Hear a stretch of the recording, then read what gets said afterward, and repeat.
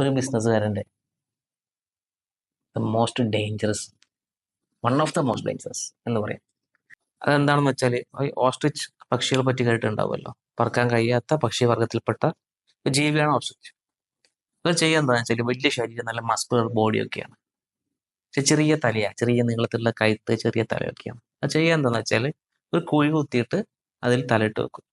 അപ്പോൾ അവർ ചിന്തിക്കുക എന്താണ്, ഇതാണ് ലോകം, ഞാനാണ് ശരി എന്നുള്ള ചിന്തകളിലേക്ക് ആ ബിസിനസ്സുകാരെ എത്തും. ചുറ്റും നടക്കുന്ന ഒന്നും ശ്രദ്ധിക്കൂല, കാണൂല, ശ്രദ്ധിക്കാൻ മെനക്കെടില്ല. ആ സമയത്താണ് നമ്മുടെ കോമ്പറ്റീറ്റർ അവരുടെ കഴിവിനനുസരിച്ചിട്ട് നമ്മളുടെ മാർക്കറ്റ് ഷെയർ ഹൈജാക്ക് ചെയ്യാനുള്ള കാര്യങ്ങൾ ചെയ്യുന്നതെങ്കിൽ നമ്മുടെ ബിസിനസ് നമ്മൾ അറിയാതെ നഷ്ടപ്പെടും, അല്ലെങ്കിൽ നമ്മുടെ മാർക്കറ്റ് ഷെയർ കുറഞ്ഞു വരും.